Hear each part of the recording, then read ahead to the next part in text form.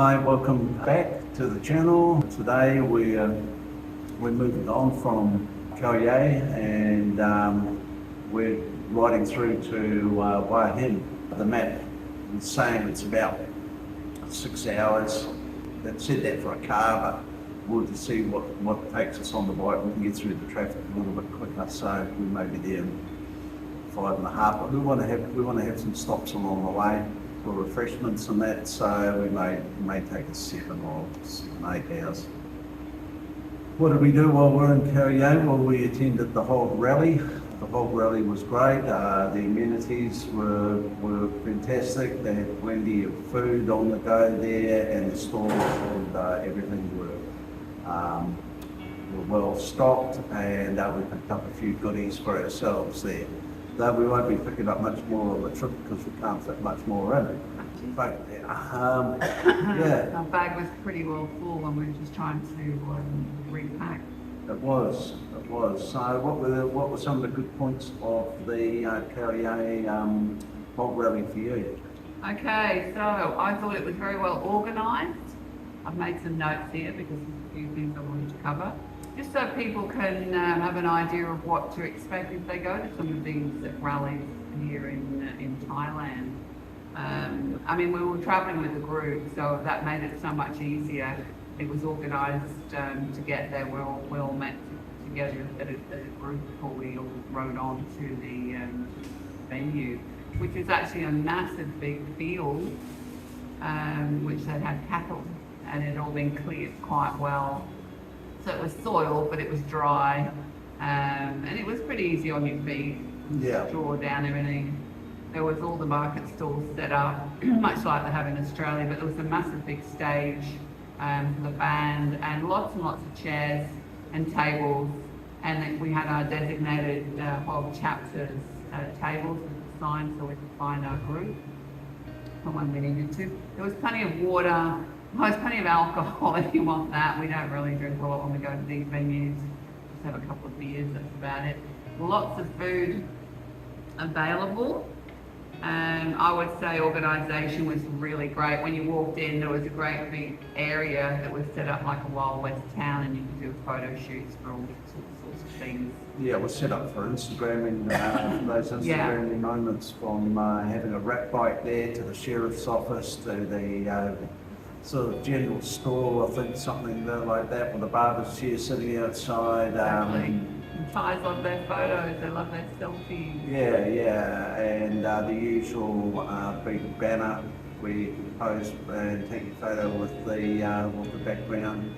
I actually thought that the organisation was extremely good, and there's one thing that happens a lot here is whatever event you go to is very well organised, and you can have multitudes of different organisations, let's just call it, turning up to these whole rallies, and there's no trouble whatsoever.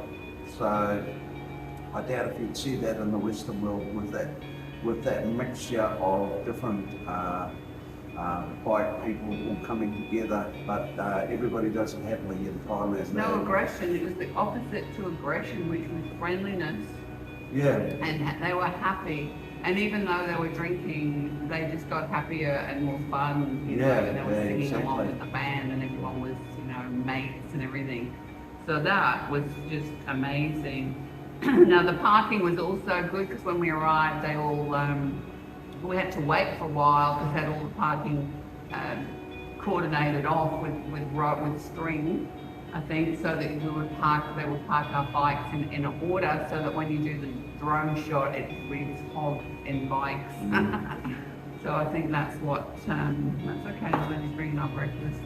Just thank you very much, Saudi car. Yeah, just fine. Thank you. Our breakfast just arrived. Yeah. So let's just keep going on. So the parking was good. We left our bike and left the keys hanging on the bike, and someone came along and parked it for us, which was amazing. They did that for everybody, not just for us. And the music was good. The first band was pretty cool. What do you think of the band Yeah, they were compared to great. what we're used to back Well, home? they had sort of an opening act, country and western. Then they had a sort of like a 80s, 90s band who were really good. They were, I forget the name of them offhand, so sorry to you guys. AC/DC, Jimmy Barnes type voice. Yeah. Rock and roll, they did a few old They covered everything songs. from heavy metal to rock and roll type songs as well. But they were excellent, and they were followed on by another guy. I don't know who they were. They were rappy type. More hip hop Heavy metal. and stuff like that. But by that stage, it was getting to about quarter to Getting 10. late. Us being us, we sort of had the day by then, and we then were ready to get back to the hotel. Yes, which we did. And so what we found, I'll just have to flick through I've got some notes here.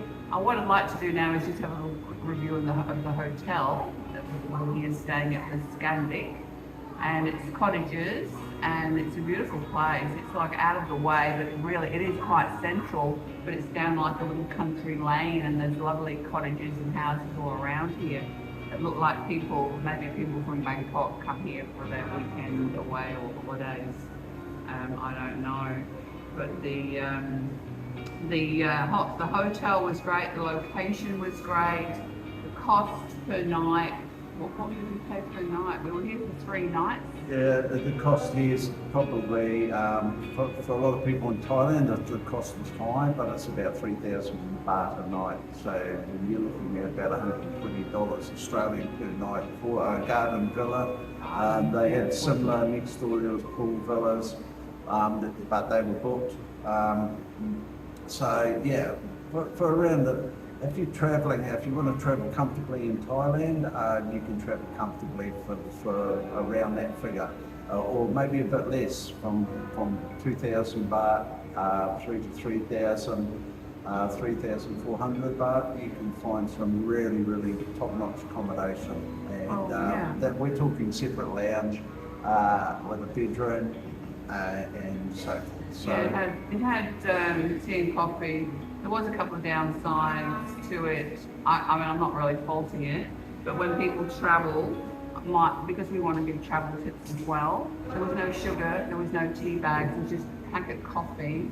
There was no milk or creamers at all. When we normally say it's packet coffee, there's a pre-mixed coffee, so that came with sugar, creamer, and the coffee, but there was all no in one sachet. Now, for someone that doesn't have sugar in their coffee like myself, I just had to suck it up, buttercup, and get it down me, which I did. Well, there was tea bags there's tea bags here in the restaurant which I took over. So, and I found some sugar, and they don't really have spoons here either, so I did find a spoon. But that was okay. One main point was that the shower was very slippery. I've got a real thing about falling. I haven't fallen. I'm really looking at preventing having a fall, especially at our time of life, so you have to be very careful and think on your feet, think ahead and stay on your feet. So the shower was slippy, so we asked them and they gave us a mat, which was actually a front door welcome mat. But it worked really well because it was rubber and it stuck to the floor, so that was great. The towels were good, the shower was nice, and I'm carrying my own toilet roll paper because I like thermal paper, so I took that with me. And there was, hair dryers, there was soaps and everything. So honestly, I would probably give it out of 10. What would you give it? I'd give it, it's an 8 out of 10. An 8, probably an 8. And the service here with the staff is amazing. They'll do everything for you. They even had the bed was a bit hard. They had a topper for the bed. They brought extra towels if you wanted. There was no problem. And the breakfast here is amazing. That's our breakfast to start. It's going cold, as you see in the book, but we might just pause it now and do our breakfast reservation. Let's just do that. Okay, we're back after having our breakfast, which is really enjoyable. and we just want to wrap up this this video before we head out today on our journey. I'm just a little bit hot. I've just been loading the bike up and ready for the next journey, which is about 5 hours. I checked on the map, 5 hours and 18 minutes, so it's good. So people might be wondering, how do we pack for like 2 weeks on a bike? And there's 2 of us. We bought a nice, really big bag that we bought at that Decathlon store in Chiang Mai. Yeah, Decathlon sports store. Yeah, and John's got these special straps. I'm just using ratchet tie downs. That's it. Click, click, click. And it's waterproof, so in case we get, you know, any water along the way, it's really good for that. My packing style, I've been doing some research on YouTube about packing, and I'm trying to be a real minimalist, which is very difficult because I had lots of clothes and I'm only taking the bare essentials. So what I did was follow that 5, 4, 3, 2, 1 method, where you just have 5 tops, 4 bottoms, 3 accessories, 2 shoes. We've got our sneakers that we wear on the bike, and also a pair of thongs or sandal. Actually, John's got 2 pair of sandals, got a pair of Crocs as well, haven't you?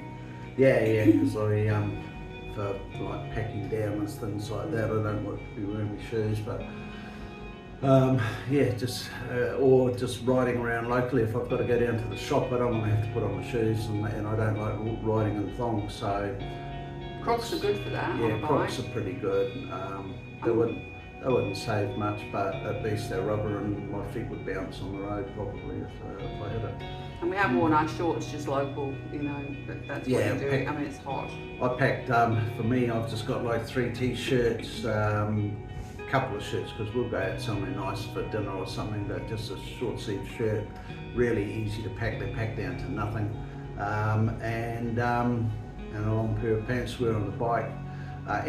What's good about Thailand is there's laundries everywhere, so you can just, you know, drop your clothes in, pick them up that afternoon, drop them in the morning, pick them up in the afternoon. So a couple of kilos of clothes isn't going to cost you a lot, maybe $3 or $3 to get washed somewhere. So and I did some hand washing. I used the soap in the shower, but then we went down to the Big C yesterday, and I bought a little tiny sachet of washing powder, which I've now wrapped up and I'm taking with us so I can hand wash. And you can hang things out on your balcony and they dry like by the end of the day. So hand washing is probably better than sending it off somewhere, because it saves you money and also time. I did have a blowout with my Nike sneakers. The sole came away from the shoes, so we went down to Big C yesterday and John got some special glue. What was it, Arrow dye or something? No, not Arrow dye, it was some sort of, I don't know, rubber glue. Some sort of glue that I squirted on and found a big rock outside to 2 pieces of rock, one to go in the shoe and one to go on top. So hopefully we made a repair, and when it gets to wear them for a few more kilometres, we'll see if we can find to use the old expression, a cobbler down in We might find one of those shoe bars or whatever. Yeah, shoe bar down in. But it seems to be okay, so if it doesn't come apart again, we'll just leave it. Yeah. I've had these shoes for a long time. I bought them in Melbourne, and they're black Nikes, and I really like them. Right. That's probably about all. The air conditioning in the hotels can be nice and cold, which you want. For women, I would suggest bring a pair of tights or something just to wear inside, because it gets cool. It can be like 21 in here and like 38 outside, and a couple of shirts, you know, long sleeve shirts. And I've got a long sleeve shirt that I wear on the bike, so yeah. you know, just minimal. I think you bought some Factor 50 yes, I've got the sunblock on. We've already put that on this morning. But I'm wearing a long sleeve shirt on the bike. I know I should be covered up on the bike, but it's I'm still not thoroughly acclimatised yet, and I can layer up, like I can wear pants and shoes and so stuff like that on the bike in 38 degrees. It's not too bad. But if you've got a jacket on, it's like being cooked in a steamer. So yeah, I've got a Harley jacket at home, a summer one, but I think even that would be hot. It would let the air through, which would be a good thing. Might try it on the next trip, but it's again, it takes up room. So you don't want many things. You really don't. And to wear the same things at least 2 or 3 times. Yeah, we've got our carrying our laptop with us and stuff like that. And we've actually got 2 laptops because Lorna's does a bit of business on the side, and so do I. And plus we're doing the vlogging. So yeah, we've got to have our laptops with us. So there's 2 laptops. And a camera bag. Camera bags, stuff like that we're carrying. So yeah, we've got a bit of excess baggage on the back, but it all seems to go okay. Bike handles a little bit differently. I've had to adjust the back suspension up on it. I've taken it up. It was sitting on about a 10 or so for us. I've just adjusted that up to about 14 on the Ultra. So we'll see how that goes. I may even have to push it up to 20. But I'll do that later today if I need to, because the side bag that it's in is a fairly light one, so I can unscrew that and get it off, and just that back suspension. Yeah, it's an extremely comfortable ride. It did bump on a couple of bumps, but the suspension was a bit low. That was low. They'd come out of the shop like that. I was quite surprised how low it was. I think they should have notched it up a bit more even for a single rider. But as far as I'm concerned, sitting on the back is a breeze. I just love it. And it's comfortable, so... And I just discovered a new thing. I run a Google Pixel phone, and didn't know, but Android Auto works on the bike, so I'm really happy with that. I've got full. I can either run Waze maps, or I can run. I'm running Google Maps to get us down to Hin. So that's coming up now on the Ultra screen. So who knew? But I asked. At the time when I got the Harley, because the last one, the Road King, didn't have the screen like this one. It was a 2012, but this one being a 23, must have the capability to take Android Auto. So yeah, I'm really happy finding that. So it's got all that sorted out. So we're going to finish this off, because this now is the end of this first series of our first leg. From Chiang Mai to Khao Yai, and we're about to head off now to Hua Hin tonight. So that'll be in the next vlog. So stay tuned, because we don't know what we're going to come across. We've got another hotel booked. We don't know what it's going to be like down there, the road conditions, what we're going to meet, all that. So if you're interested, please stay tuned for the next episode. We would appreciate it if you could like, subscribe, and share to your friends if you have friends that are wanting to travel around Thailand, maybe not on a Harley, but there's lots of people that do. So yeah, and if you hopefully you enjoyed the previous vlog of us travelling down to Khao Yai, that in itself was a great experience. It certainly it was a testing ride, just mainly with the heat, and we're ready for another 6 or 7 hours today, but because we're not travelling with the group, we're not going to be running 3-4 hours without stopping. So this time I've spaced it so we're stopping about every hour and a half or so, get a coffee, get a cold drink, just take it easy. And the route I've got planned, we can cover every distance in 5 or 6 hours, which you want to be in Thailand. You don't want to be running in the heat of the day, especially between about 3 o'clock through to 5 o'clock. The heat hits at about 3, so you want to be off the road by 2 o'clock if you've got conditions. The heat is very different to Australia, very different. The way it builds through the day, it gets really high, and then it starts to slowly come down in the late afternoon. If the $1 million bogans watching this one, you would love to ride Thailand in that heat. It will give you some, you'd have a bit of fun riding in by about 6 o'clock at night. If you were going to go all day from 6 to a 12-hour ride somewhere, you would be baking. So on the side of the road on Friday. So you look forward to seeing you all in the next one. So, so is it Keeping It Real Adventures? Yeah, so just remember, keep on keeping it real. Keeping it real, your adventures, and that's what we're doing, vlogging our adventures. We're keeping it real, we're real people, and we're having fun doing it. See ya. I've got a bruised finger. We had a little mishap. We went round that corner over there, turned around.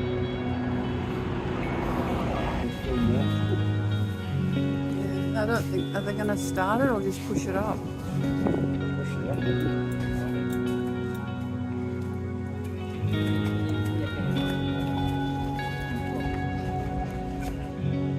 That's how you put a bike on a truck.